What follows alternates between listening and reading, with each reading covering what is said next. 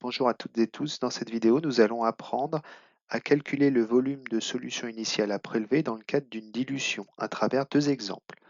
Dans le premier exemple, on vous dit qu'on a 1 litre d'une solution d'acide chlorhydrique concentré à 1,2 mol par litre et on souhaite obtenir une solution diluée d'un volume de 150 ml avec une concentration en H+ de 5,10-3 mol par litre. Pour cela, on va donc poser l'expression la quantité de matière en H+ dans la solution dite mère, c'est-à-dire la solution où on va prélever le volume, doit être égale à la quantité de matière en H+ dans la solution phi qui correspond à la solution avec un volume de 150 ml.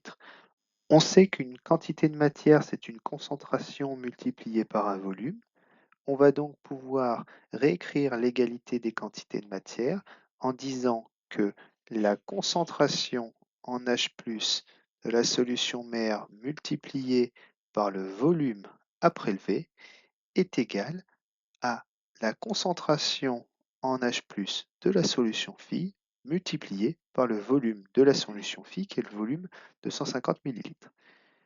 Ensuite, on va isoler le volume à prélever de la solution mère. On obtient concentration en H+ de la solution phi multipliée par le volume de la solution phi sur la concentration en H+ de la solution mère. Ce qui vous donne, si on fait l'application numérique, 150 multiplié par 5 10-3 divisé par 1 10-2.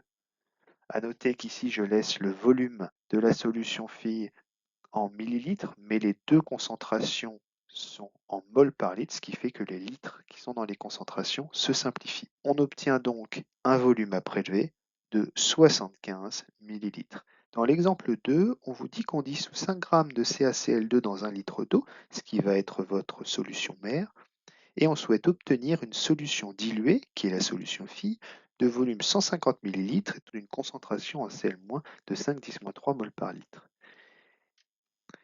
Avec le même raisonnement que précédemment, on peut dire que le volume à prélever, ça va être la concentration, cette fois-ci en Cl- de la solution phi multipliée par le volume de la solution phi divisé par la concentration en Cl- de la solution mère.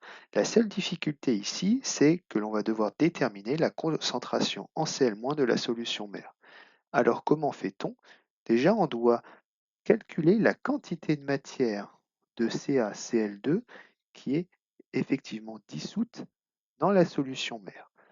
On va pouvoir utiliser l'expression de la masse de CaCl2 divisée par sa masse molaire.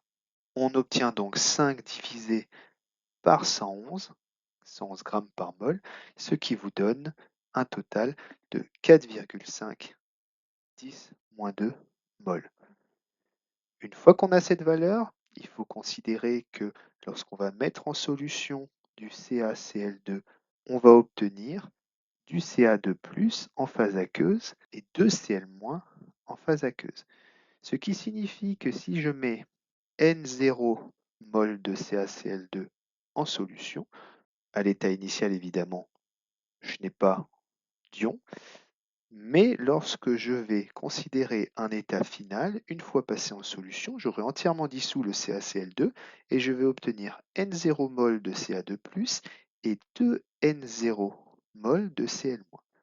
Cela signifie que la quantité de matière en Cl- en solution est égale à 2 fois la quantité de matière de CaCl2. Ainsi, j'obtiens la concentration de la solution mère en ion Cl- qui est égale à 2 multiplié par 4,5 10-2 divisé par 1 qui correspond à 1 litre, le volume de la solution mère. J'obtiens une valeur finale de 9 10-2 mol par litre et j'ai plus qu'à réaliser l'application numérique pour obtenir le volume à prélever, à savoir 5,010-3 qui correspond à la concentration de ma solution phi multiplié par le 150 qui est le volume de la solution phi divisé par la concentration en Cl- de la solution mère, à savoir le 9 10-2.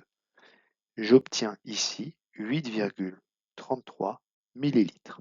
Je dois donc prélever 8,33 millilitres de la solution mère et compléter avec de l'eau distillée jusqu'à 150 millilitres pour obtenir la solution fille correctement concentrée.